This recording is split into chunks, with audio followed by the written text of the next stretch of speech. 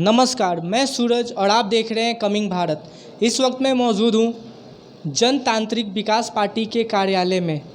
कुछ ही देर में यहाँ जनतांत्रिक विकास पार्टी के राष्ट्रीय अध्यक्ष अनिल कुमार जी प्रेस कॉन्फ्रेंस करने वाले हैं, तो आइए सुनते हैं।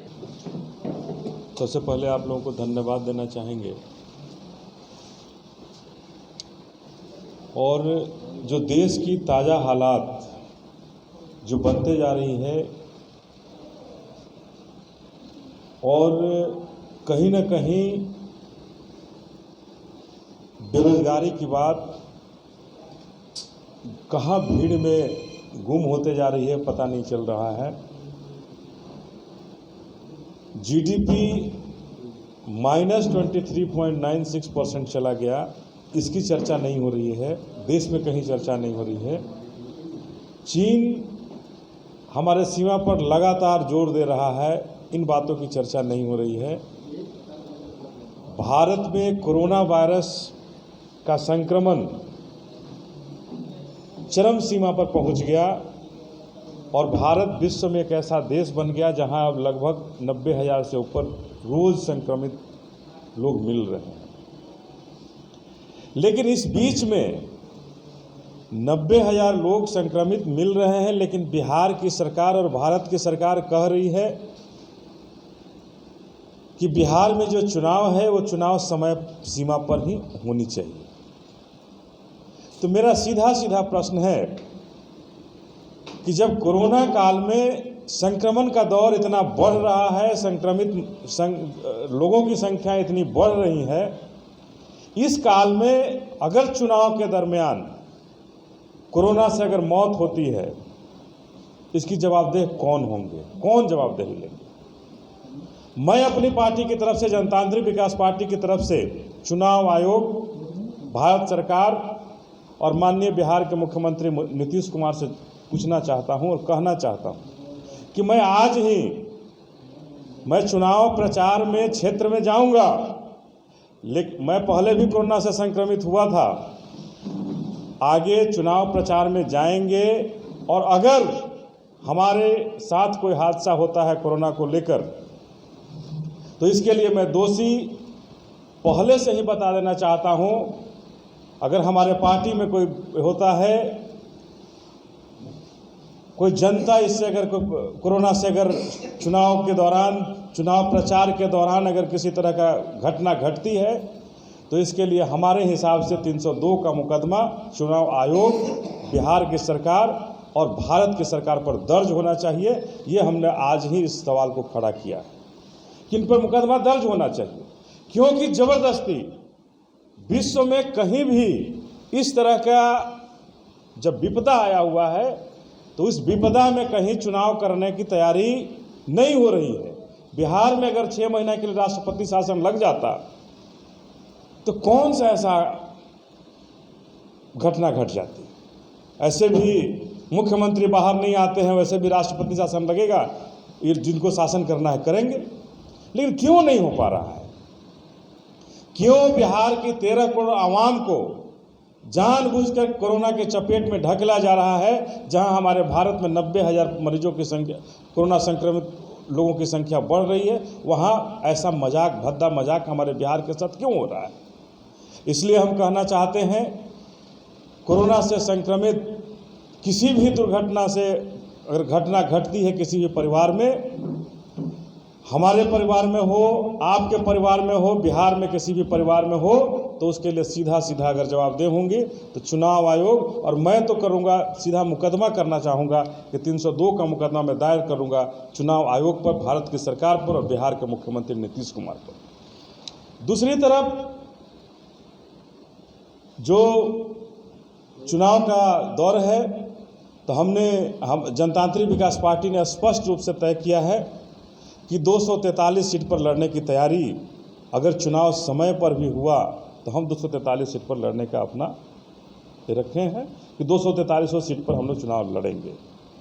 और जनतांत्रिक विकास पार्टी का चुनाव चिन्ह पहले सिलाई मशीन हुआ करता था, लेकिन अब चुनाव आयोग के द्वारा बदल करके उसे ईंट छाप मिला है और ईंट छाप पर हम लोग बिहार के 243 सीट पर चुनाव लड़ना चाहें। तो 243 सीट पर जो चुनाव लड़ेंगे, हमारा ईंट छाप हमारा चुनाव चिन्ह होगा, जिस चुनाव चिन्ह पर हम लोग चुनाव लड़ेंगे। और 243 सीट बिना किसी गठबंधन के हम लड़ेंगे। और जिस तरह से नीतीश कुमार के 15 साल के शासनकाल में नीतीश कुमार ने बिहार को पीछे ढकेलने का काम किया है, तो हमारी जनतांत्रिक विकास पार्टी के तरफ से 15 साल का 15 सवाल एक सीरीज हम लोग शुरू कर रहे हैं कि 15 साल में नीतीश कुमार ने बिहार को कैसे पीछे ढकेला है, किन किन परिस्थितियों में पीछे ढकेला है, और हमेशा दलितों को कैसे ठगने का काम इन्होंने किया है। जब जब चुनाव आया है, दलितों के लिए कुछ न कुछ लेकर के आए हैं। इस चुनाव में भी इन्होंने कहा कि दलितों की अगर हत्या हो जाती है, किसी भी दलित परिवार की हत्या हो जाती है, तो उनके लोगों को नौकरी मिलेगी।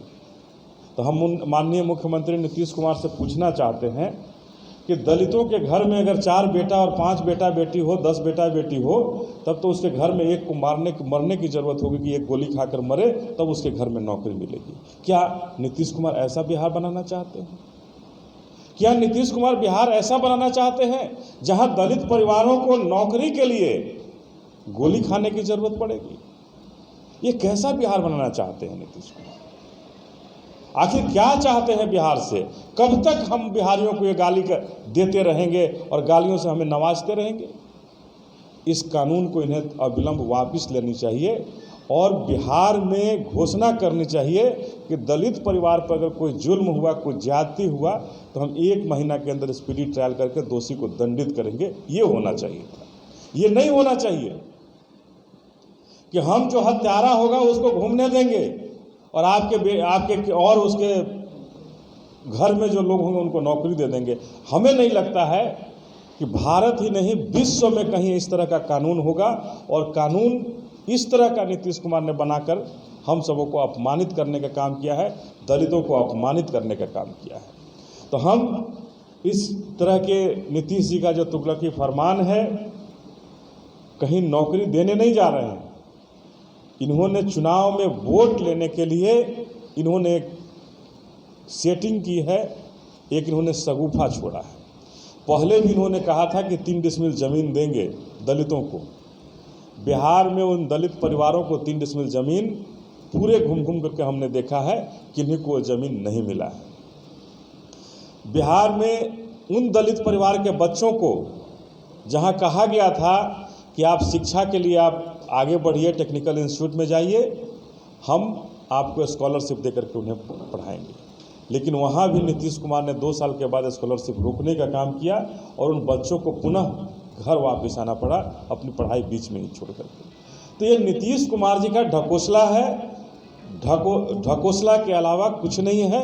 इन्होंने 15 साल में केवल और केवल बिहार को धोखा देने का काम किया है, बिहार को केवल ठगने का काम किया है और बिहार को अपमानित होने का काम किया है, बिहार को विनाश होने के रास्ते पर ले जाने का काम किया है। तो हमने 15 साल का 15 सवाल माननीय मुख्यमंत्री से हम पूछना शुरू करेंगे। तो ये आज से नहीं है, आज हमने कहा है कि मुख्यमंत्री से हम पूछेंगे और हम लोग 14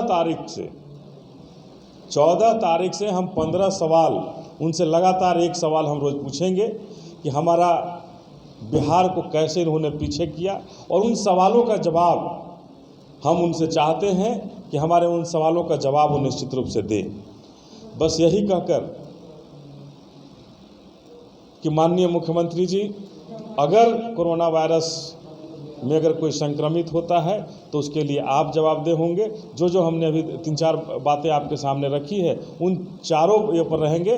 और कोरोना वायरस से संक्रमित होने के दौरान अगर किसी के चुनाव दौरान किसी तरह की कोई घटना होती है तो हम जरूर इन पर 302 का मुकदमा दर्ज कराएंगे।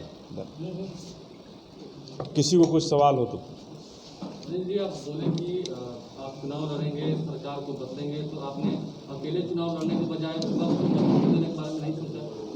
देखिए, विपक्ष और पक्ष एक ही थाली के 2 तो ये हैं, ये इधर हो गए तो पक्ष हो गए, उधर हो गए तो विपक्ष हो गए। इसलिए मैं उन पक्ष और विपक्ष के दाले में नहीं फंसना चाहता हूँ। मैं बिहार को एक स्वच्छ और बिहार को विकास पर ले जाने की बात करता हूँ, और बिहार को विकास के रास्ते पर जो भी करना होगा उसके लिए हम संघर्ष करना चाहते हैं। सवाल आप 15 साल से पूछ रहे हैं, पिछले के 15 साल से आप नहीं पूछ रहे हैं। देखिए, पिछला का 15 साल बहुत पुराना हो गया, और उसके नाम पर नीतीश कुमार फिर से जनता को डराने का काम कर रहे हैं। तो ये अगर उस काल में बहुत अपहरण हुए हैं, बहुत हत्याएं हुई हैं, तो नीतीश कुमार जी के शासनकाल में उससे भी ज़्यादा हत्याएं हुई हैं। फर्क ये रहा कि मीडिया में इसको बढ़ा चढ़ाकर नहीं दिखाया गया, इसको दबा कर रखा गया। हत्याएं बहुत ज़्यादा हुई, लूट बहुत ज़्यादा हुई है इनके शासनकाल में। उस शासनकाल से अगर देखिएगा तो इसको जिसको जंगल राज कहा गया था, उनसे दुगने हर दृष्टिकोण पर रहे। आज तेजस्वी यादव दिया जला रहे हैं, थाली पीटने वाले, इसको लेकर क्या कहेंगे? क्या आप भी समर्थन करेंगे? नहीं, मैं ये सब दिया जलाने और थाली पीटने के खिलाफ हूँ। अगर रोजगार देने की बात होगी तो रोजगार युवाओं को कैसे दी जाए, इस पर चर्चा होनी चाहिए। क्या यही हम रोजगार दे रहे हैं युवाओं को कि थाली बजाओ, यही रोजगार है? तो हम तो युवाओं को भीख मांगने के लिए प्रेरित कर रहे हैं कि आप लाइन में खड़े हो जाओ, थाली बजाते रहो, कोई आएगा कुछ दे देगा। तो मैं इसके विरोध हूँ। कोरोना वायरस के काल में भी जिन्होंने थाली और ताली बजाई थी, उस समय में विरोध था, आज भी विरोध करता हूँ कि ऐसे परिस्थिति में जहाँ युवाओं को रोजगार मिलनी चाहिए थी, उस परिस्थिति में युवाओं के साथ ये खिलवाड़ और ये राजनीति नहीं होनी चाहिए। आप 243 सीट पर चुनाव लड़ेंगे? जी हाँ, हम लोग 243 सीट पर चुनाव लड़ेंगे। शिक्षा के लिए क्या करेंगे सर? देखिए, हमारी पार्टी का मूल मंत्र है कि हम एक तरह का शिक्षा नीति चाहते हैं और एक तरह का स्वास्थ्य नीति चाहते हैं। ये शिक्षा का माहौल जो आज बना हुआ है कि हर कुछ प्राइवेट हो रहा है, हर अस्पताल प्राइवेट हो रहा है, तो शिक्षा और स्वास्थ्य दोनों ही प्राइवेट की तरफ चला गया। लेकिन हमारी पार्टी का स्पष्ट मानना है कि शिक्षा और स्वास्थ्य दोनों एक समान होना चाहिए और केवल सरकारी होने चाहिए। यहाँ का अगर मुख्यमंत्री का भी बेटा पढ़े, बेटी पढ़े, मंत्री का बेटा बेटी पढ़े, तो उन सरकारी विद्यालयों में पढ़े और उन सरकारी अस्पतालों में जाकर के इलाज कराए। ये जो VIP कल्चर वाली अस्पताल की व्यवस्था है, वो अस्पताल की व्यवस्था बंद होनी चाहिए। सर, एक क्वेश्चन, क्या इस कोरोना काल में चुनाव होना सही है या नहीं? देखिए, हमने तो स्पष्ट रूप से पहले ही कहा कि हम नहीं चाहते हैं कि चुनाव हो। 6 महीने का चुनाव बढ़ना चाहिए जब तक कुछ व्यवस्था नहीं हो जाए कोरोना से निपटने के लिए। लेकिन सर, चुनाव आयोग ने तो कहा है कि चुनाव, तो हमने इसीलिए कहा कि उन पर अगर किसी तरह की घटनाएं होती है बिहार के अंदर, तो हमारी पार्टी 302 का मुकदमा सबसे पहले उनके खिलाफ दर्ज करेगी। तो जैसा कि आपने सुना, उनका ये कहना है कि भारत की जो GDP है वो -23.9 पॉइंट के नीचे चली गई है। और उनका ये भी कहना है कि अगर बिहार के किसी भी व्यक्ति को कुछ होता है तो वो चुनाव आयोग, बिहार सरकार और भारत सरकार पे 302 का मुकदमा करेंगे। उनके लिए जनता प्यारी है, ना कि अभी चुनाव। उनका ये कहना है कि चुनाव को अभी 6 महीनों के लिए टाल देनी चाहिए जब तक इसकी वैक्सीन नहीं आ जाए। और भी तमाम खबरों के लिए बने रहें हमारे चैनल कमिंग भारत के साथ। और हाँ, अभी तक आपने हमारे चैनल को लाइक, सब्सक्राइब और शेयर ना किया हो तो जल्द से जल्द करें। धन्यवाद।